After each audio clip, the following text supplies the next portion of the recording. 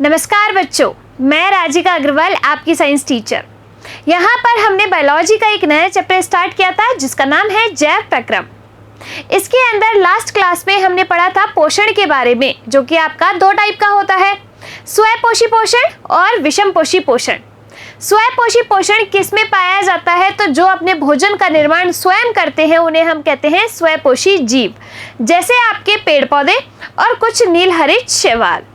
ये जो है किसकी प्रोसेस करते हैं? फोटोसिंथेसिस यानी कि प्रकाश संश्लेषण की प्रक्रिया के द्वारा किसकी उपस्थिति में? सूर्य के प्रकाश और क्लोरोफिल की उपस्थिति में अपने भोजन का निर्माण करते हैं। निर्माण किसका करते हैं? ये कार्बोहाइड्रेट यानी कि आपके शर्करा का, ऑक्सीजन गैस को जो है बाहर रिलीज करते हैं और साथ के साथ पानी की बूंदों के रूप में जो है जल का निष्कासन करते हैं। इस तरीके से जो है अब ये फोटोसिंथेसिस की प्रोसेस के लिए जो आपके अभिकारक होते हैं वो क्या क्या है? तो वो है कार्बन डाइऑक्साइड और जल। तो फोटोसिंथेसिस की प्रोसेस होती है किसमें? स्वपोषी जीवों के अंदर। ये अपने भोजन का निर्माण दिन के समय पे करते हैं क्योंकि इनको क्या चाहिए? सूर्य का प्रकाश चाहिए। विषमपोषी पोषण क्या होता है? जो अपने भोजन के लिए दूसरों पर निर्भर रहते हैं उन्हें हम क्या कहते हैं? विषमपोषी पोषण जीव कहते हैं। अब ये जो है विषमपोषी जीव, ये आपके तीन टाइप के होते हैं। एक होता है क्या? प्राणी संभोजी, जो कि भोजन को ग्रहण करते हैं और उनके अंदर डाइजेशन की प्रोसेस होती है, जैसे कि ह्यूमन बींग्स, हम मानव। दूसरा आपका आता है मृतजीवी। तो मृतजीवी जो कि कोई एक जीव दूसरे किसी मरे हुए जीव पर या फिर सड़े गले पदार्थों पर रहकर अपना भोजन प्राप्त करे, उसे अपन कहते हैं मृतजीवी। थर्ड आपके आते हैं परजीवी। तो वो सामने वाले जीव को मारे बिना जो है उसके शरीर के अंदर या शरीर के ऊपर रहकर अपना भोजन प्राप्त करते हैं, उन्हें हम क्या कहते हैं? उन्हें कहा जाता है परजीवी। अभी आपके दो टाइप के होते हैं। एक होता है आपका अंतः परजीवी और दूसरा बाह्य परजीवी। जो शरीर के अंदर अंतः परजीवी, शरीर के ऊपर रहकर भोजन प्राप्त करे, बाह्य परजीवी। आ गई बात समझ में? इसके बाद हमने देखा था कि जो है अमीबा के अंदर पोषण कैसे होता है।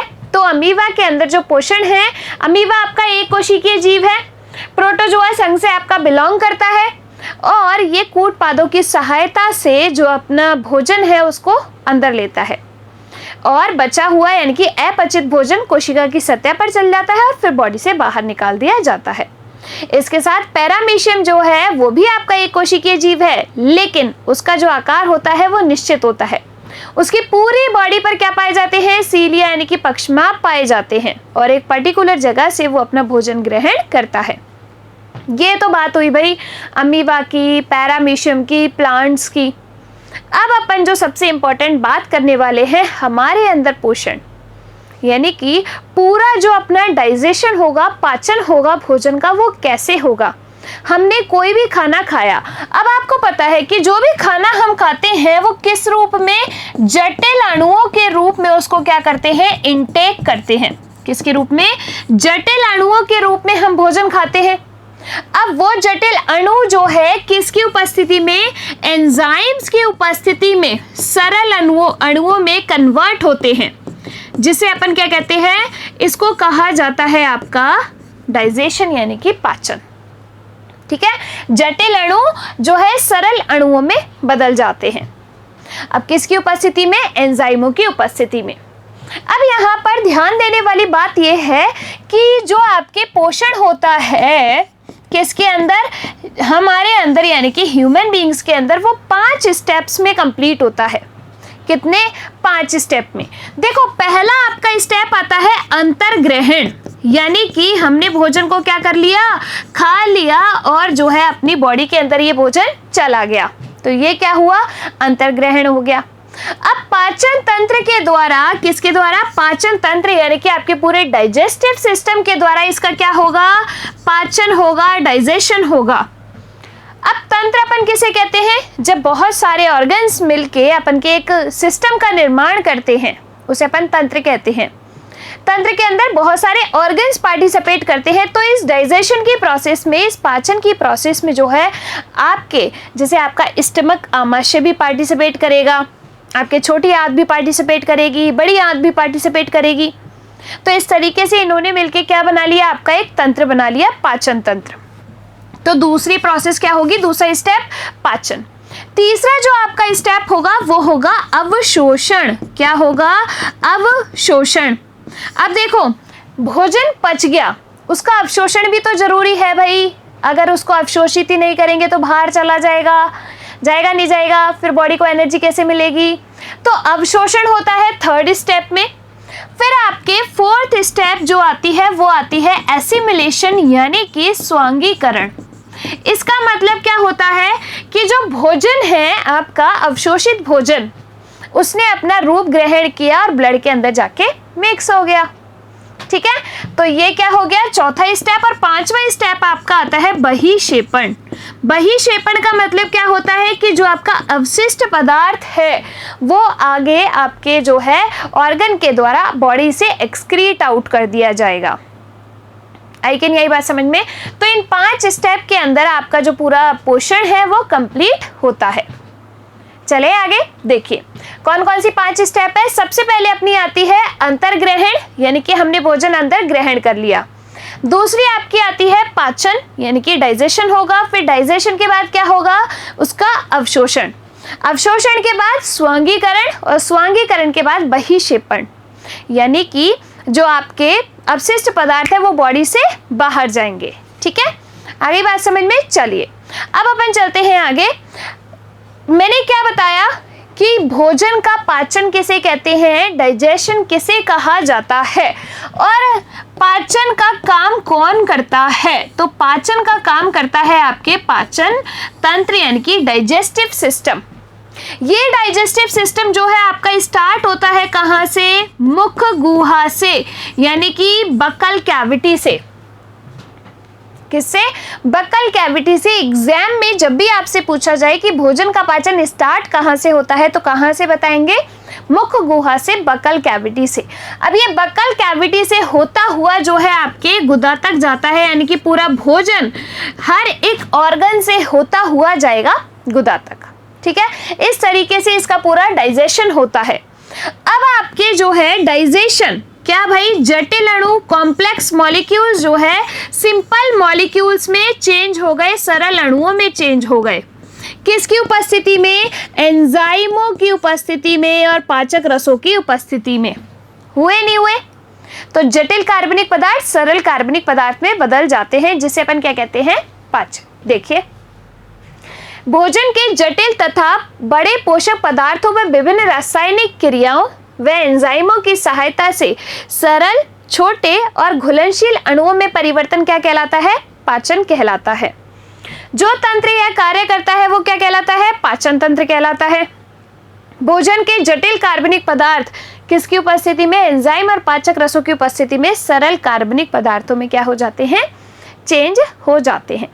अब भाई पाचन की बात जब चल रही है तो हमें डाइजेस्टिव सिस्टम भी तो पता होना चाहिए कि हमारा डाइजेस्टिव सिस्टम यानी कि पाचन तंत्र दिखता कैसा है, ये कहाँ से स्टार्ट होता है, इसमें कौन कौन से ऑर्गन जो है वो भाग लेते हैं। देखो अपना जो पाचन तंत्र है वो स्टार्ट होता है कहाँ से, बक्कल कैविटी से, यानी कि मुख गुहा से। कहाँ से स्टार्ट होता है, बक्कल कैविटी से। अब ये बक्कल कैविटी से होता हुआ कहाँ जाएगा, ईसोफेगस में, यानी कि भोजन आपने मुंह के अंदर भोजन खाया। अब मुंह के अंदर आपके क्या क्या चीजें प्रेजेंट है, दांत है आपके, जबड़े हैं आपकी, जीभ है और कुछ लार ग्रंथियां मौजूद है। बक्कल कैविटी के अंदर, मुख गुहा के अंदर ये सारी चीजें प्रेजेंट है। ये क्या करती हैं कि जो आपके लार ग्रंथि है उनमें एक एंजाइम पाया जाता है, वो सलाइवरी एमाइलेज एंजाइम होता है, जिसे हम टाइलिन एंजाइम भी कहते हैं। तो वो क्या करता है कि ये भोजन की लुगदी टाइप बना देता है और उसको पचाने में मदद करता है। ठीक है, अब देखिए साथ के साथ आपके दांतों की स्ट्रक्चर भी हम पढ़ेंगे, बक्कल कैविटी मुख गुहा के अंदर। अब मुख गुहा से होता हुआ कहाँ आएगा, ग्रास नली में, यानी कि ईसोफेगस में। तो इस तरीके से ये जो है आपके ऊपर से क्या आती है, ईसोफेगस आती है। ये आगे जाके किसमें खुलता है, स्टमक के अंदर। तो ये जो आपका है जे शेप, ये क्या है, स्टमक, जिसे अपन क्या कहते हैं, आमाशय कहते हैं। अब ये भोजन कहाँ आ जाएगा, आमाशय के अंदर आ जाएगा। अब आमाशय से होता हुआ भोजन कहाँ जाएगा? स्मॉल इंटेस्टाइन के अंदर। तो ये जो आपको बड़ी सी पड़ी हुई नजर आ रही है, ये क्या है? आपकी छोटी आंत, जिसे हम कहते हैं स्मॉल इंटेस्टाइन। इस छोटी आंत के 3 भाग होते हैं। कितने? 3 भाग होते हैं, ड्यूडेनम, जेजुनम और इलियम। फिर इसके बाद छोटी आंत में पूरे के पूरे भोजन का क्या हो जाएगा? पाचन हो जाएगा। अगर आपसे कभी क्वेश्चन पूछे कि जो भोजन का पाचन है वो पूरा कहाँ होता है, तो कहाँ? छोटी आंत के अंदर। नाम चाहे इसका छोटी आंत है, लेकिन काम इसके बहुत बड़े हैं। पूरे भोजन का पाचन कौन करेगी? छोटी आंत। अब ये भोजन किस में आएगा? तो छोटी आंत से होने के बाद ये आएगा इस बड़ी आंत के अंदर। तो ये जो बड़ी आंत होती है, ये क्या करती है? आपके जल का अवशोषण करती है, और फिर जल का अवशोषण हुआ तो अपशिष्ट पदार्थ आगे रेक्टम में जाके आगे एनल में खुल जाएगा। आई कैन यही बात समझ में? देखिए, अब पूरा जो आपका डाइजेस्टिव सिस्टम होता है, यानी कि पाचन तंत्र जो है आपका, उसको अपन 2 भागों में डिवाइड करके, यानी कि 2 चीजों से मिलके आपका पाचन तंत्र बना होता है। एक तो होता है आपका आहार नाल, जिसे हम क्या कहते हैं? एलिमेंट्री कैनाल कहते हैं। क्या कहा जाता है? एलिमेंट्री कैनाल कहा जाता है। इसके बाद जो दूसरा भाग होता है, जिसमें हम किसको पढ़ते हैं? ग्रंथियों को पढ़ते हैं। तो जो ग्रंथियां हैं, ग्लैंड्स हैं, वो अपन इसके अंदर पढ़ते हैं। ठीक है। अब देखिए, जो आपका आहार नाल है वो स्टार्ट कहाँ से होता है? तो आहार नाल स्टार्ट होती है आपके मुख गुहा से, यानी कि बकल कैविटी से। बकल कैविटी से होता हुआ भोजन कहाँ जाएगा? ग्रसनी में। फिर किस में जाएगा? ग्रसनी के बाद ग्रास नली में, यानी कि ईसोफेगस में। ग्रास नली से होता हुआ भोजन कहाँ जाएगा? आगे जाके जुड़ेगा ये जे शेप, किसमें? स्टमक, यानी कि आमाशय में। किसमें? आमाशय में। फिर आमाशय के बाद में यहाँ लिख रही हूँ इसको आगे, आमाशय के बाद जो है ये किस में जाता है? छोटी आंत में। छोटी आंत से भोजन आपका कहाँ जाएगा? इस छोटी आंत से भोजन जाता है बड़ी आंत के अंदर, यानी कि लार्ज इंटेस्टाइन में, और फिर बड़ी आंत से होते हुए ये क्या? गुदा तक, यानी कि मलद्वार तक। ठीक है। इस तरीके से ये आहार नाल, यानी कि एलिमेंट्री कैनाल आपकी कंप्लीट होती है। देखिए, ग्रंथियों के अंदर 3 टाइप की ग्रंथियां जो है हम पढ़ते हैं। सबसे पहले आपकी आती है लार ग्रंथि।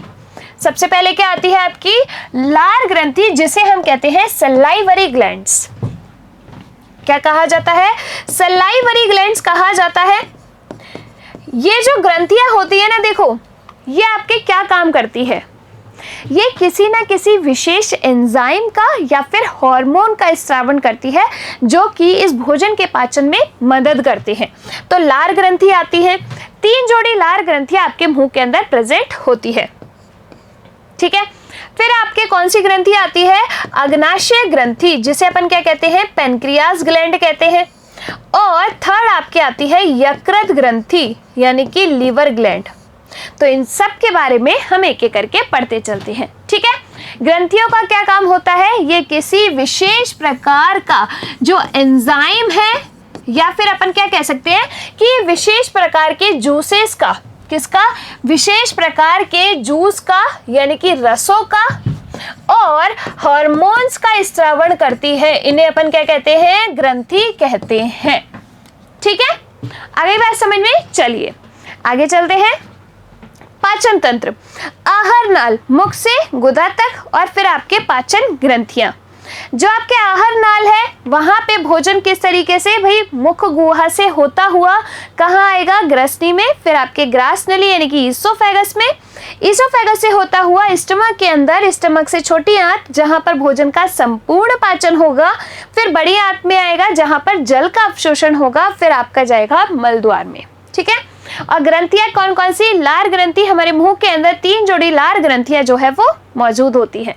अग्नाशय ग्रंथि जो है आपकी, वो क्या है? अग्नाशय ग्रंथि आपके मिश्रित ग्रंथि है। कौन सी? अग्नाशय जो है आपके मिश्रित ग्रंथि है। अपन इसको मिश्रित ग्रंथि क्यों कहते हैं? देखो, आपके मैं थोड़ा सा एक पॉइंट बता देती हूँ, बाकी आप ग्रंथियों को आगे के चैप्टर्स में पढ़ेंगे। एक बार बस थोड़ा सा बता देती हूँ। जो ग्रंथियां होती है वो रस या फिर हार्मोन का स्रावन करती है। आपके ये जो है 3 प्रकार की ग्रंथियां होती है। पहली होती है आपकी बहिस्रावी ग्रंथि, जो कि क्या करती है, बहिस्रावी ग्रंथि किसी रस का स्रावण करती है। किसका? किसी रस का स्रावण करती है। दूसरी आपकी आती है अंतःस्रावी ग्रंथि, जो कि आपके किसी हार्मोन का स्रावण करती है। किसका? पर्टिकुलर हार्मोन का स्रावण करती है। तीसरी आपकी आती है मिश्रित ग्रंथि, जो कि रस का स्रावण भी करेगी और हार्मोन का स्रावण भी करेगी। अब मिश्रित ग्रंथि के अंदर केवल और केवल हम एक ही पढ़ते हैं, कौन सी? अग्नाशय ग्रंथि। ठीक है, अब ये देखो, अग्नाशय रस का स्रावण भी करेगी और साथ के साथ एक हार्मोन भी स्रावित करेगी, जिसे अपन कहते हैं इंसुलिन हार्मोन। आई बात समझ में? कौन सा हार्मोन? Insulin hormone. इसके बाद जो है हम पढ़ेंगे यकृत ग्रंथि, जो कि क्या है, आपके शरीर की सबसे बड़ी ग्रंथि है और आपके शरीर का सबसे बड़ा आंतरिक अंग भी है, इंटरनल ऑर्गन भी है यकृत, जो कि आपके एक रस का स्रावण करेगा, जिसे अपन क्या कहते हैं? पित्त रस कहते हैं, बाइल जूस कहते हैं। ठीक है, तो जो आपकी यकृत ग्रंथि है वो कैसी ग्रंथि है? रस का स्रावण कर रही है, यानी कि बहिस्रावी ग्रंथि। ठीक है, और ये बहिस्रावी अंतःस्रावी आप आगे के चैप्टर्स में जो है वो पढ़ेंगे। अब देखिए, इस डायग्राम के अंदर हम देख पा रहे हैं कि ये क्या है अपना, ये ग्रास नली है। ये आगे जाके जे शेप किस में जुड़ गई है? ये जुड़ गई है आगे जाके स्टमक में। ठीक है, ये जो स्टमक है वो आपका क्या रिलीज करता है? HCl, हाइड्रोक्लोरिक एसिड, जिसे अपन क्या कहते हैं? जठर रस कहते हैं। क्या कहा जाता है? जठर रस कहा जाता है हाइड्रोक्लोरिक एसिड को। मैं कलर चेंज करके देखती हूँ इसका। ये जो आपका जठर रस होता है, उसकी जो pH होती है वो लगभग होती है 1.2। लगभग कितनी pH होती है? लगभग 1.2 जो है इसकी pH होती है। क्या ये कलर दिख रहा है? शायद येलो कलर ही जो है इस पे ज़्यादा बढ़िया लगेगा, मुझे लगता है येलो। ठीक है, चलिए, ये जो इसकी pH होती है वो लगभग 1.2 होती है, यानी कि बहुत ज़्यादा क्या है, ये अम्लीय है। अब जो है तुमने बहुत ज़्यादा फास्ट फूड खा लिया, तो तुम्हें पता है कि बहुत ज़्यादा फास्ट फूड खाते हो तो उसको डाइजेस्ट करने के लिए बहुत ज़्यादा मात्रा में हाइड्रोक्लोरिक एसिड रिलीज करना पड़ेगा। किसको? आमाशय को।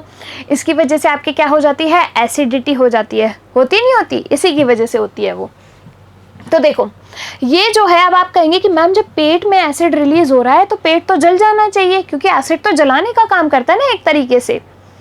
तो ये जो एसिड है, इससे इस पेट की सुरक्षा कौन करता है? एक आवरण पाया जाता है, जिसे अपन कहते हैं श्लेष्मा का आवरण, यानी कि म्यूकस लेयर पाई जाती है, जो कि क्या करती है?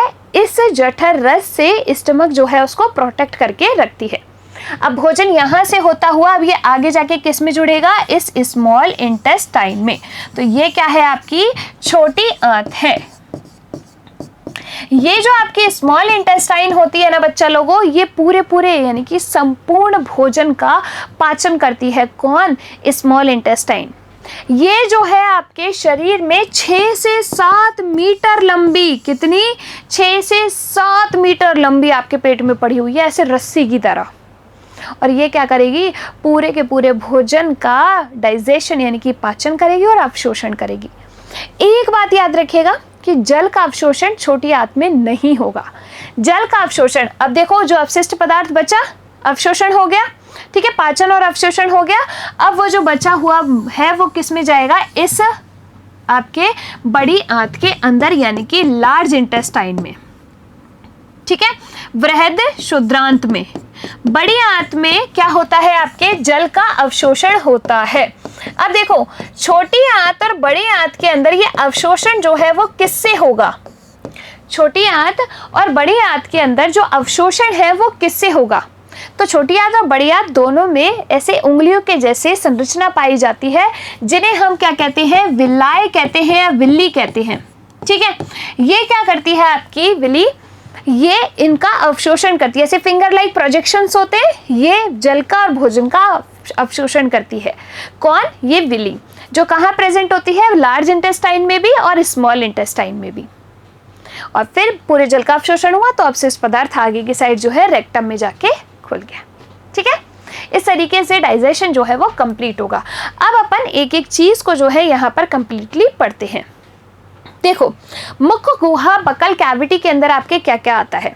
आपके जीभ आती है जो कि क्या करती है? स्वाद का अनुभव करती है। कौन? जीभ जो है आपके स्वाद का अनुभव करती है। फिर आपके जो है जबड़े हैं जो कि कठोर मांसपेशियां हैं। और सबसे इंपॉर्टेंट जो हमें यहाँ पर पढ़ना है वो क्या है? आपके दांत, यानी कि आपके जो टीथ होते हैं वो कितने होते हैं? बड़े कहते हैं ना, 32 ना खिला ज़्यादा। तो अपने जो दांत हैं वो कितने होते हैं? 32 दांत होते हैं। अब कौन से कितने होते हैं ये अपन यहाँ पर देखते हैं। देखो, एक अडल्ट के अंदर, एक वयस्क के अंदर जो दांतों की संख्या होती है वो होती है 32। लेकिन एक बच्चे के अंदर जो दांत होते हैं, यानी कि दूध के दांतों की संख्या कितनी होती है? दूध के दांत होते हैं आपके 20। कितने होते हैं? 20 जो है आपके दूध के दांत होते हैं। सबसे पहले अपन बात करते हैं इन 32 दांतों की। तो सिंपल सी एक चीज़ है, आपको एक फॉर्मूला याद करना है, सारे दांतों की संख्या याद हो जाएगी। कैसे? देखो, आप एक फॉर्मूला लिखो 21 23 बटा 21 23।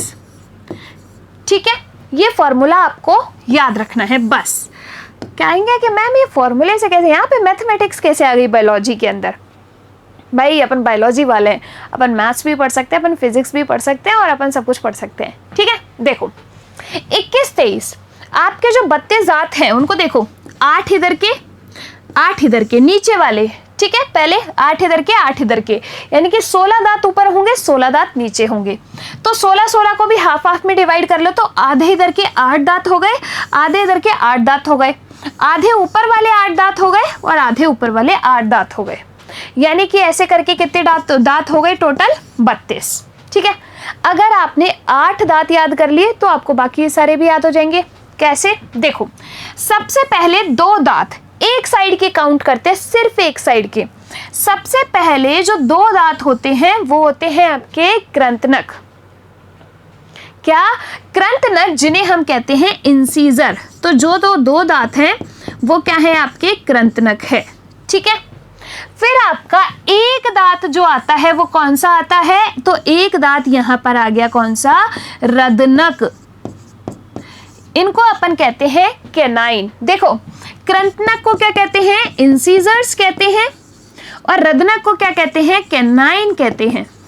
ठीक है, फिर आपके 2 दांत जो आते हैं वो आते हैं प्रीमोलर। तो 1 2, तो ये क्या है? आपके 2 दांत जो है वो है आपके अग्र चवर्णक। क्या है? चवर्णक। ठीक है, और फिर आपके आते हैं मोलर। तो मोलर कितने हैं आपके? 3, यानी कि चवर्णक। तो 1 2 और ये 3, ये तीनों क्या है? आपके चवर्णक है, मोलर हैं। तो इस तरीके से अगर आपने 8 दांत याद कर लिए तो ये कि 8 इधर की साइड अरेंज, 2 आपके कृंतनक, 1 रदनक, 2 आपके अग्रचवर्णक और 3 आपके चवर्णक। आ गई कि नहीं आ गई बात समझ में? ऐसे ही ऊपर 8 और इधर भी 8। तो एक फॉर्मूला याद किया और पूरे के पूरे दांतों की जो एनाटॉमी है वो अपन को याद हो गई। हुई नहीं हुई? कौन से? तो देखो, आपके 2 क्या है? तो 2 यहाँ पर होते हैं आपके कृंतनक। ठीक है, क्या होते हैं? कृंतनक। एक होता है आपका रदनक, 2 आपके क्या होते हैं? अग्रचवर्णक, प्रीमोलर, और फिर आपके होते हैं मोलर। ठीक है, यानी कि चवर्णक। आ गई कि नहीं आ गई बात समझ में? तो इस तरीके से 21 23 बटा 21 23 आप याद रख सकते हो। ठीक है, चले आगे। देखो, आगे चलते हैं। ये आपके दांतों की एनाटॉमी है। देखिए, सबसे पहले आगे के जो 2 दांत होते हैं, देखो यहां से मैंने इसको डिवाइड कर दिया, यहाँ के 8 दांत गिनेंगे और यहाँ के 8 दांत गिनेंगे तो अपन को समझ आ जाएगा। स्टार्टिंग के जो 2 दांत होते हैं उन्हें अपन क्या कहते हैं? इंसीजर्स, यानी कि कृंतनक कहेंगे। क्या कहेंगे? कृंतनक। ठीक है, फिर आपका जो एक दांत आता है, ये इधर का एक दांत और इधर का भी एक दांत, ये क्या है? आपके कैनाइन, यानी कि रदनक। ठीक है, फिर आपके 2 दांत आते हैं, तो 1 और 2, ये 2 दांत क्या है आपके? तो ये हो गए आपके प्रीमोलर, यानी कि अग्रचवर्णक। क्या? अग्रचवर्णक। और फिर आपके जो है लास्ट के 3 दांत हैं वो क्या है, चवर्णक यानी कि मोलर्स। तो लास्ट के 3 क्या है आपके, चवर्णक। तो जब हम एक साइड के 8 दांतों को इस तरीके से पढ़ ले, एक साइड के 8 दांतों को, तो इधर के 8 दांत अपन को याद हो जाएंगे, ऐसे ही अपन को ऊपर के 8 दांत याद हो जाएंगे और इधर के 8 दांत याद हो जाएंगे। तो क्या बेसिक सा फॉर्मूला याद रखना है, 21-23 बटा 21-23। आई नहीं आई बात समझ में, ठीक है। चलिए देखिए आगे चलते हैं। अब अपने आते हैं ग्रसनी। तो ये जो ग्रसनी है वो आपके 3, इसमें अपन कैटेगरी में इसको डिवाइड करके पढ़ते हैं, यानी कि 3 टाइप की है। एक है आपके मुख ग्रसनी। तो मुख ग्रसनी क्या करेगी, आपके भोजन को ग्रहण करने का कार्य करेगी। फिर आपके आती है नासाग्रसनी जो कि श्वास अंदर लेने का काम करेगी। फिर आपके आती है अधोग्रसनी जिसे अपन कहते हैं एपिग्लॉटिस। ये क्या करती है, ये एक प्रकार का घाटी ढक्कन है जो कि इस मुख ग्रसनी और नासाग्रसनी को अलग अलग करेगी। आपको पता है कि आप खाते टाइम यानी कि निगलते टाइम आप सांस नहीं ले सकते। कभी ट्राई कीजिएगा कि निगलना और सांस लेने का काम आप एक साथ नहीं कर सकते, क्योंकि अगर आप साथ में निगलोगे और उसी टाइम सांस लोगे तो भोजन जो है आपकी इस नासाग्रसनी के अंदर फंस सकता है, ठीक है। आगे की नहीं आगे बात समझ में। तो ये क्या है आपके एपिग्लॉटिस जो कि दोनों को अलग अलग करेगी। अब अपन बात करते हैं किसकी, देखो ये जो आपको लंबी सी नलिका नजर आ रही है इस तरीके से, ये रेड कलर की, ये क्या है आपकी ग्रास नली है, यानी कि ईसोफेगस है। क्या है, ईसोफेगस है, ग्रास नली है। तो ये जो लंबी सी नलिका है ना आपको नजर आ रही है, ये क्या करती है, भोजन को क्रमांकुंचन गति प्रदान करती है। ईसोफेगस का क्या काम होता है, भोजन को क्रमांकुंचन गति प्रदान करने का। भाई आगे भोजन बढ़ना भी तो चाहिए ना, गले में थोड़ी अटक जाएगा, आगे भी तो जाएगा ना पेट तक, तो कैसे जाएगा, क्रमांकुंचन गति करते हुए, किसके थ्रू, इस ईसोफेगस यानी कि ग्रास नली के थ्रू। अब देखो ये जो ईसोफेगस है आगे जाके किससे जुड़ रही है, तो ये जो जे शेप है आपका ये क्या है, इसको अपन कहते हैं आमाशय, ठीक है। देखिए आगे चलते हैं। ग्रास नली वक्ष गुहा से होती हुई तनुपट में से उदर गुहा के आमाशय में खुलती है, स्टमक में खुली। संकरी पेशीय नली है, इसकी लंबाई कितनी होती है, 25 सेंटीमीटर। श्लेष्मा ग्रंथि भोजन को लसलसा बनाने का काम करती है, यानी कि म्यूकस लेयर जो कि क्या करेगी, भोजन को लसलसा बनाएगी। भोजन को क्रमांकुंचन गति कौन प्रदान करेगी, ये ग्रास नली से होता हुआ भोजन कहाँ जाएगा, आगे स्टमक में जाएगा। ग्रास नली के शीर्ष पर ऊतकों का एक पल्ला होता है जिसे हम घाटी ढक्कन या एपिग्लॉटिस कहते हैं, जो कि आपके जो मुख ग्रसनी है और आपके जो श्वास ग्रसनी है उनको क्या करती है, अलग अलग करती है, ठीक है। आगे बात समझ में। अब ये भोजन ग्रास नली से होता हुआ कहाँ गया, स्टमक में गया, यानी कि आमाशय के अंदर गया। ये जो आपका आमाशय होता है कुछ इस टाइप का जो है आपका कैसा होता है, जे शेप का आमाशय होता है, ठीक है। इसके भी आपके 3 भाग होते हैं। पहला होता है जठराग्रम भाग यानी कि कार्डियक। इस कार्डियक भाग से क्या होगा कि आपका जो भोजन है वो इस आमाशय के अंदर एंटर करेगा। अब इस आमाशय के अंदर आपके जो है कौन सा स्रावण होगा, एसिड, जठर रस का स्रावण होगा, हाइड्रोक्लोरिक एसिड का रिलीज होगा जो कि भोजन के पाचन में मदद करेगा, ठीक है। दूसरा भाग फंडिस भाग जो कि बीच में होता है, और लास्ट वाला भाग होता है जठर निर्गमी भाग जो कि क्या है, जो भोजन है उसको आगे छोटी आंत में लेकर जाएगा, ठीक है। इसको अपन पाइलोरी भी कहते हैं, क्या कहते हैं, पाइलोरी भी कहते हैं किसको, निर्गमी भाग को, ठीक है। बायां भाग जहां ग्रसिका आमाशय में प्रवेश करती है किसके द्वारा, कार्डियक भाग के द्वारा। फंडिस क्या है, बीच वाला भाग है, और जठर निर्गमी भाग दाहिना छोटा भाग छोटी आंत से जुड़ता है। तो अब ये जो स्टमक है इस तरीके से ग्रास नली से जुड़ा वो क्या है आपका कार्डियक भाग है। ये पूरा बीच वाला भाग आपका क्या है, फंडिस है, और जो निर्गमी भाग है जो कि आगे जाके किससे जुड़ेगा, छोटी आंत से, वो क्या है आपका निर्गमी भाग। इसको अपन पाइलोरी भी कहते हैं, ठीक है। अब इस आमाशय के अंदर जो भोजन है वो 3 से 4 घंटे आपका ठहरा रहता है। कितना? 3 से 4 घंटे यहाँ पर भोजन जो है वो ठहरा रहेगा। इसके साथ साथ यहाँ पर कुछ एंजाइम्स होंगे जो कि क्या करेंगे, कुछ खाने का पाचन करेंगे। एंजाइम क्या करेंगे भाई? पाचन ही तो करेंगे। जैसे आपके लार ग्रंथि जब अपन पढ़ेंगे तो उसमें देखेंगे सलाइवरी एमाइलेज एंजाइम जो कि भोजन का पाचन करेगा। ऐसे ही यहाँ पर कुछ एंजाइम प्रेजेंट होते हैं। पहला है आपका पेप्सिन एंजाइम जो कि क्या करेगा, पैसे पेप्सिन याद रखना, पैसे क्या याद रखना, प्रोटीन।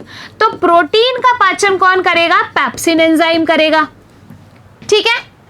और दूसरा एंजाइम है आपका रेनिन जो कि क्या करेगा, दूध का पाचन। किसका? जो रेनिन है वो करेगा दूध का पाचन। आई कैन यही बात समझ में?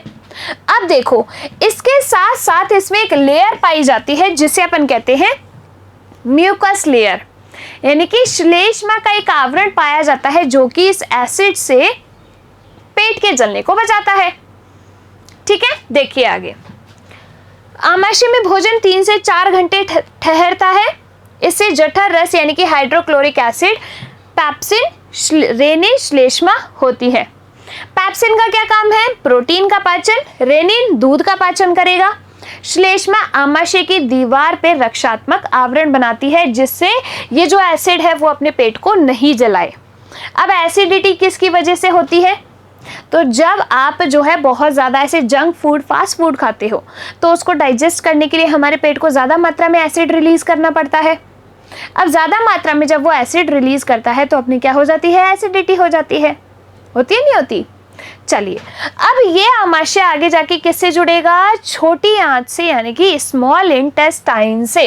तो ये जो आपको नजर आ रही है इस तरीके से रस्सी की फॉर्म में, कितनी लंबी? 6 से 7 मीटर लंबी। कितनी? 6 से 7 मीटर लंबी जो है एक नली आपके पेट में पड़ी हुई है जिससे अपन क्या कहते हैं? छोटी आंत, स्मॉल इंटेस्टाइन, या फिर अपन इसको क्या कहते हैं? क्षुद्रांत्र भी कहते हैं। ठीक है। इसके भी 3 भाग होते हैं, ड्यूडेनम, जेजुनम और इलियम। जो आपका ड्यूडेनम होता है वो क्या करता है? इस आमाशय से जो है किसको जोड़ता है? छोटी आंत को। ठीक है। फिर आपका जेजुनम और इलियम। इलियम वाला भाग क्या करता है? आगे जाके जुड़ता है। भाई सारे ऑर्गन एक दूसरे से कनेक्ट है ना, तो जो इलियम वाला भाग है यानी कि क्षुद्रांत वाला भाग है वो जाके जुड़ेगा किससे? बड़ी आंत से। तो इस तरीके से अब सबसे इंपॉर्टेंट, भोजन का संपूर्ण पाचन कहाँ होता है? स्मॉल इंटेस्टाइन के अंदर होता है। भोजन का संपूर्ण पाचन कहाँ होगा? स्मॉल इंटेस्टाइन के अंदर होगा। कोई भी कभी भी पूछ लेना भोजन का संपूर्ण पाचन कहाँ होगा तो क्या लिखोगे? छोटी आंत। नाम चाहे छोटी आंत है लेकिन काम इसके बड़े हैं। ठीक है, देखिए आगे। जो है छोटी आंत 3 भाग, ग्रहणी, अग्र क्षुद्रांत और क्षुद्रांत। ये क्या करता है? यू आकार पाचक रस व एंजाइम को मिलाने का कार्य, पाचन व अवशोषण, पाचन व अवशोषण। ठीक है। इस तरीके से छोटी आंत के अंदर आपके क्या होता है? संपूर्ण भोजन का पाचन होता है।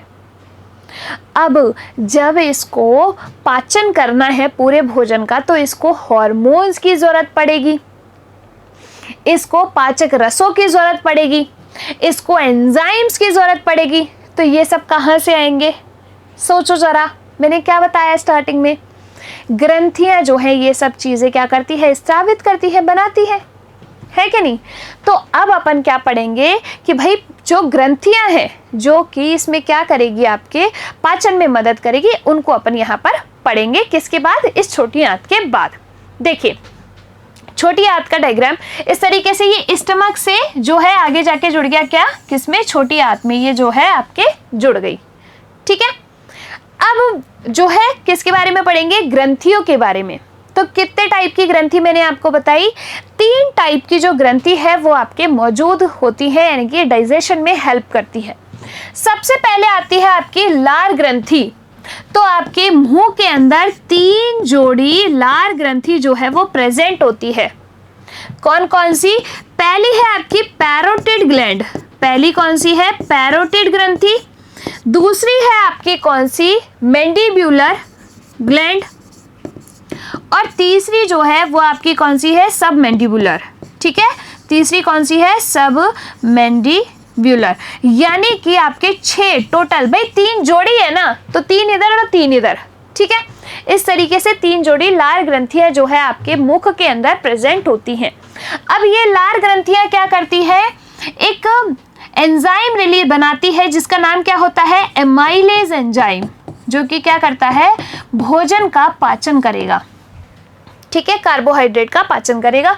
एमाइलेज, सलाइवरी एमाइलेज, इसको अपन क्या कहते हैं, टाइलिन एंजाइम भी कहते हैं। क्या कहते हैं, टाइलिन एंजाइम भी कहते हैं।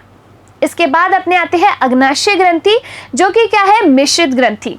ये जो अग्नाशय ग्रंथि है, अग्नाशयी रस का स्रावण भी करेगी, और जो है साथ के साथ आपके एक हार्मोन भी रिलीज करेगी जिसका नाम क्या है, इंसुलिन हार्मोन। अब देखो, ये जो आपका अग्नाशय, यकृत और ये है ना, ये आपके अंग भी हैं, लेकिन साथ के साथ जब ये रस का स्रावण कर रहे हैं, हार्मोन का स्रावण कर रहे हैं, तो इसीलिए अपन इनको ग्रंथि भी कह देते हैं। ठीक है, तो ये जो अग्नाशय है आपके पत्ती के समान संरचना है। ठीक है, कैसे, पत्ती के समान संरचना। ये जो यकृत है वो आपके शरीर की सबसे बड़ी ग्रंथि होती है। साथ के साथ आपके शरीर का सबसे बड़ा अंग, इंटरनल ऑर्गन जो है वो कौन है, यकृत है। ये जो है आपके कौन से रस का, पित्त रस का स्रावण करती है, यानी कि बाइल जूस का। बाइल जूस का स्रावण, पित्त रस का स्रावण करेगी तो यकृत ग्रंथि, लेकिन ये इकट्ठा कहाँ पर रहेगा, पित्ताशय के अंदर, गॉल ब्लेडर के अंदर। आई बात समझ में, चलिए अब एक एक जो है अपन पढ़ते हैं। सबसे पहले अपनी आती है लार ग्रंथि। मनुष्य में 3 जोड़ी लार ग्रंथियां मौजूद होती हैं। लार की प्रकृति हल्की अम्लीय होती है। 3 जोड़ी कर्णपूर्व ग्रंथि, अधोजव और अधोजीवा। लार में लार एमाइलेज या टाइलिन एंजाइम पाया जाता है जो कार्बोहाइड्रेट का 30% तक पाचन करता है। ठीक है, कौन सा एंजाइम, जो है आपके सलाइवरी एमाइलेज एंजाइम। देखो, स्रावित एंजाइम लार एमाइलेज, सलाइवरी एमाइलेज, या फिर अपन इसको टाइलिन भी कहते हैं। आमाशय में ऑक्जेंटिक कोशिकाएं पाई जाती हैं जो कि क्या करती है, HCl का स्रावण करती है। अब देखो, इसमें पेप्सिन क्या करेगा, प्रोटीन का पाचन आमाशय के अंदर, और रेनिन क्या करेगा, दूध का पाचन। आमाशय में जठर रस मिला हुआ भोजन क्या कहलाता है, काइम कहलाता है। क्या कहलाता है, काइम कहलाता है। तो ये तो हुई अपनी लार ग्रंथि की बात। अब अपन आते हैं किसके ऊपर, अग्नाशय ग्रंथि के ऊपर। ठीक है, ये जो आपकी अग्नाशय ग्रंथि होती है वो क्या होती है, मिश्रित ग्रंथि है। कैसी ग्रंथि है, मिश्रित ग्रंथि है, मिक्स्ड ग्लैंड है। क्यों, क्योंकि आपकी बहिस्रावी भी है और अंतःस्रावी भी है। बहिस्रावी अपन इसको क्यों कहेंगे, क्योंकि ये जो है आपके अग्नाशयी रसों का स्रावण करेगी। किसका, अग्नाशयी रसों का स्रावण करेगी, इसीलिए अपन इसको बहिस्रावी ग्रंथि कहते हैं। और इसको अपन अंतःस्रावी यानी कि एंडोक्राइन ग्लैंड भी कहते हैं, क्योंकि ये जो है इंसुलिन हार्मोन का स्रावण करेगी। किसका, इंसुलिन हार्मोन का स्रावण करेगी। आई कैन, यही बात समझ में आपको। अब देखो आगे, अग्नाशय ग्रंथि जो कि यकृत, ग्रसनी व तिल्ली से घिरी हुई होती है। अंतःस्रावी भी है क्योंकि ये आपके हार्मोन, इंसुलिन हार्मोन जो है इसका स्रावण करती है। अब इंसुलिन का काम क्या होता है, देखो आप खाना खा रहे हो तो आपके ग्लूकोज है अंदर, ग्लूकोज जा रहा है, ये ग्लूकोज की मात्रा को कंट्रोल करता है। क्या करता है, इंसुलिन जो है ग्लूकोज की मात्रा को, यानी कि रक्त शर्करा की मात्रा को नियंत्रित करता है। अगर आपके मान लो कि इंसुलिन की कमी हो जाए, यानी कि इंसुलिन आपके बने ही नहीं इस अग्नाशय ग्रंथि के द्वारा, तो ग्लूकोज का लेवल हाई होता जाएगा, बस उसको तो कोई कंट्रोल ही नहीं कर पाएगा ना। जैसे आप घर में आपके मम्मी पापा आपको थोड़ा सा कंट्रोल रखते हैं, लेकिन जैसे ही वो इधर उधर हुए तुम तो बिल्कुल एकदम ऐसे घमासान युद्ध सा मचा देते हो, करते नहीं करते हो। ऐसे इसमें क्या होगा कि अगर इंसुलिन हार्मोन होगा ही नहीं तो ग्लूकोज की मात्रा बहुत ज़्यादा हो जाएगी, जिसकी वजह से आपका कौन सा रोग हो जाता है, मधुमेह रोग यानी कि डायबिटीज हो जाती है। ठीक है, चलिए, ये अग्नाशयी रस का स्रावण भी करती है और जो है आपके, इसीलिए अपन इसको बहिस्रावी ग्रंथि कहते हैं। देखो ये क्या है आपके, ये जो है पेनक्रियाज है, ये क्या है आपके पेनक्रियाज, अग्नाशय को ही पेनक्रियाज कहते हैं। लीफ लाइक स्ट्रक्चर होती है, पत्ती के समान संरचना। कैसी? पत्ती के समान संरचना होती है इसकी, किसकी? अग्नाशय की। अब देखो इसके अंदर जो है प्रोटीन का पाचन होगा, कार्बोहाइड्रेट का पाचन होगा और आपके वसा जो है उनका पाचन होगा। ठीक है, सबसे पहले अपन देखते हैं प्रोटीन का पाचन। तो जो प्रोटीन का पाचन है वो कौन करेगा? ट्रिप्सिन। प्रोटीन का पाचन कौन करेगा? ट्रिप्सिन एंजाइम करेगा। कार्बोहाइड्रेट का पाचन जो है आपके कौन करेगा? तो कार्बोहाइड्रेट का पाचन करेगा एमाइलेज। ठीक है, इस तरीके से आपके जो है ये एंजाइम क्या करेंगे? पाचन करेंगे। किसके अंदर? इसके द्वारा जो है अग्नाशयी रस स्रावित किया जाता है, अग्नाशय ग्रंथि के द्वारा। देखो प्रोटीन का पाचन ट्रिप्सिन के द्वारा किस में बदला जाता है? पेप्टाइड में। प्रोटीन को ही जो है काइमोट्रिप्सिन के द्वारा भी पेप्टाइड में बदला जाता है। फिर आपके कार्बोहाइड्रेट का पाचन एमाइलेज ने किया, स्टार्च को बदला माल्टोज में। और वसा का पाचन वसा के जटिल अणु जो है आपके सरल अणुओं में बदल जाते हैं। आगे देखिए, आत्रीय रस यानी कि आपके जो आत्रीय रस है उसमें कौन कौन से एंजाइम होते हैं जो किसको किस में कन्वर्ट करते हैं। इसको याद रखने का सिंपल सा तरीका है, जो आपके अभिकारक है ना इधर, उसी किसे मिलता आपका क्या बना दो आप? एंजाइम। तो देखो माल्टोज माल्टेज की उपस्थिति में ग्लूकोज में कन्वर्ट, लैक्टोज लैक्टेज की उपस्थिति में ग्लूकोज में कन्वर्ट। ये जो लैक्टोज होती है ना ये क्या है आपकी? दुग्ध शर्करा। क्या है? दुग्ध शर्करा है। सुक्रोज सुक्रेज की उपस्थिति में ग्लूकोज में परिवर्तित और वसा लाइपेज की उपस्थिति में वसीय अम्लों में परिवर्तित। आई कि नहीं आई बात समझ में? तो ये हुई आपकी अग्नाशय ग्रंथि। तीसरी जो ग्रंथि आती है वो आपकी कौन सी आती है? यकृत ग्रंथि। कौन सी? यकृत ग्रंथि, जिसे अपन क्या कहते हैं? लीवर ग्लैंड कहते हैं। अब ये जो आपकी यकृत ग्रंथि होती है, शरीर की सबसे बड़ी ग्रंथि है यकृत ग्रंथि। शरीर की सबसे बड़ी बहिस्रावी ग्रंथि है यकृत ग्रंथि। ये जो है एक रस का स्रावण करती है जिसे अपन क्या कहते हैं? पित्त रस कहते हैं। क्या कहा जाता है? पित्त रस का निर्माण करती है। और जो पित्त रस आपके गॉल ब्लेडर यानी कि पित्ताशय में, तो देखो यहाँ पर इस तरीके से नजर आ रहा है पूरा, ये क्या है आपका? लीवर है, यकृत है। ये ग्रीन कलर का आपको नजर आ रहा है, ये क्या है आपका? पित्ताशय है, जहां पर ये पित्त रस क्या रहेगा? इकट्ठा रहेगा। और ये जो आपको नजर आ रहा है ये क्या है? आपके अग्नाशय यानी कि पेनक्रियास। ठीक है, तो देखो यकृत जो है आपकी बॉडी का हीरो है। कैसे? लीवर कैसे हीरो है? लीवर का अगर कोई भाग जो है वो क्षतिग्रस्त हो जाए ना तो फिर से जो है खुद को जनरेट कर लेता है। हीरो के क्या होता है? 2-4 चाकू पड़ जाते हैं फिर भी जो है वो सही के दोबारा उठता है और सामने वाले विलन को गोली मार देता है। ऐसे ही आपका लीवर है, अगर इसका कोई भाग जो है क्षतिग्रस्त हो जाए तो ये खुद को रीजनरेट कर लेता है, यानी कि इसमें रीजनरेशन की पावर पाई जाती है। ठीक है, तो देखो आपके जो शरीर की सबसे बड़ी ग्रंथि है वो कौन है? शरीर की सबसे बड़ी ग्रंथि है लीवर ग्रंथि यानी कि यकृत ग्रंथि। शरीर का सबसे बड़ा आंतरिक अंग भी कौन है? लीवर है। सबसे बड़ा आंतरिक अंग भी कौन है? लीवर है। और आपके शरीर की सबसे बहिस्रावी, सबसे बड़ी बहिस्रावी ग्रंथि भी कौन है? लीवर है। ये जो लीवर होता है ये पित्त रस का यानी कि बाइल जूस का निर्माण करता है। क्या?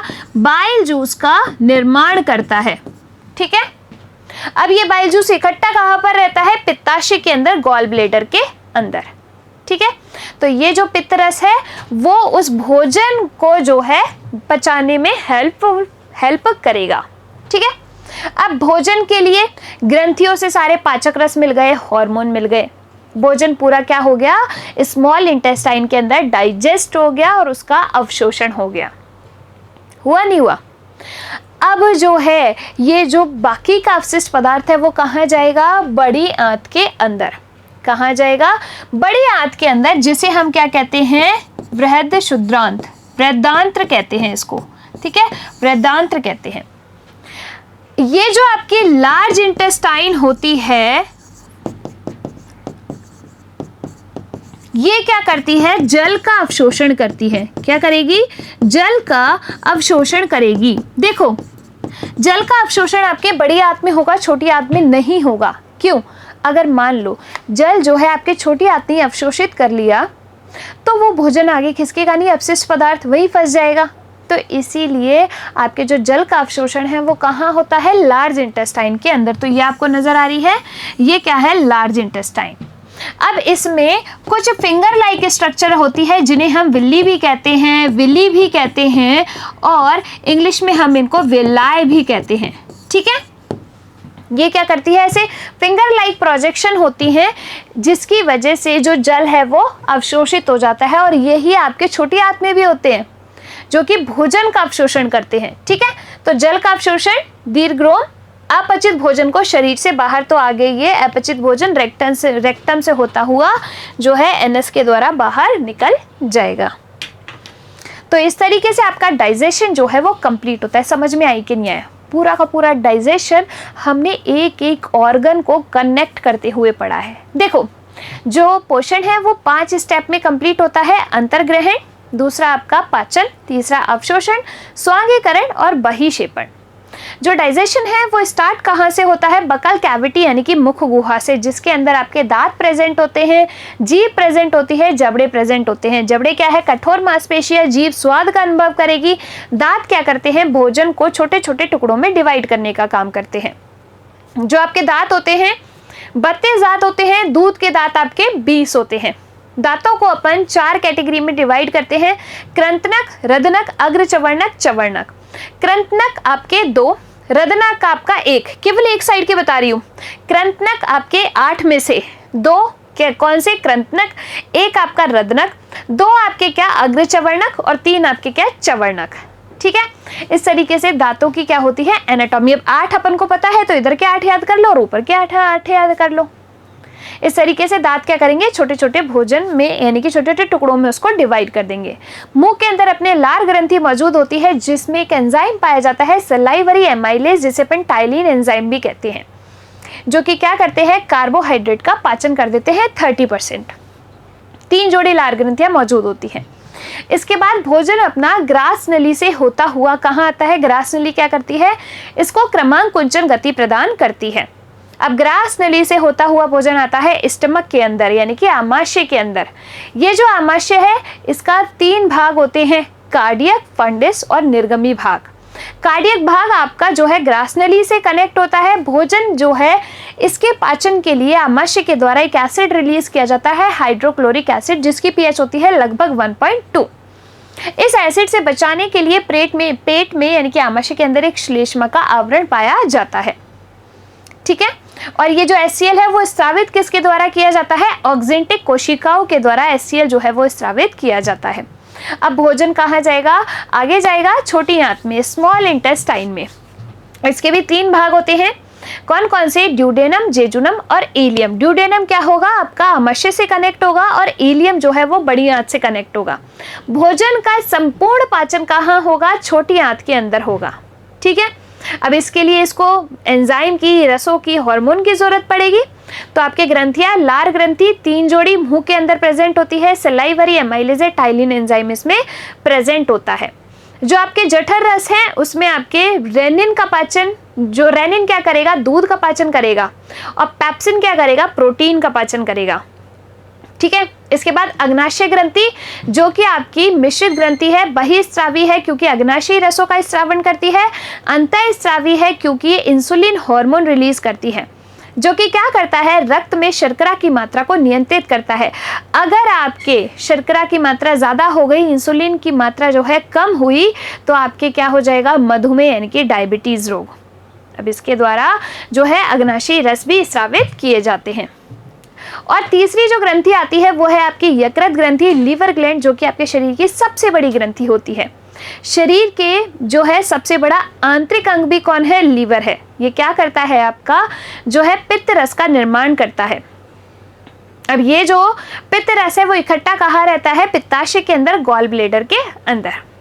और जो है अपना भोजन का पाचन और अवशोषण हो गया कहाँ पर, छोटी आंत में। अवशोषण किसके द्वारा, विलाय के द्वारा, फिंगर लाइक स्ट्रक्चर, विलाय के द्वारा। और अब ये जो भोजन है वो कहाँ जाएगा, यानी कि पूरा पच गया, जो अवशिष्ट है वो कहाँ जाएगा, बड़ी आंत के अंदर, जहां पर इन विलाय के द्वारा जल का अवशोषण होगा। और बाकी जो अपचित भोजन है उसको आगे जो है रेक्टम में भेज दिया जाएगा। तो इस तरीके से जो डाइजेशन है, यानी कि आपका पूरा पाचन है, पूरा पोषण जो है वो कंप्लीट होता है। नेक्स्ट क्लास के अंदर एक नया सिस्टम जो है हम पढ़ने वाले हैं, इसको इसी डायग्राम के थ्रू फ्लो चार्ट में पढ़ते रहिए तो इजीली आपको समझ आ जाएगा। चलिए मिलेंगे अपन अगली क्लास में। तब तक के लिए आप लोग खुश रहिए, स्वस्थ रहिए और इसको रिवाइज करते रहिए। धन्यवाद।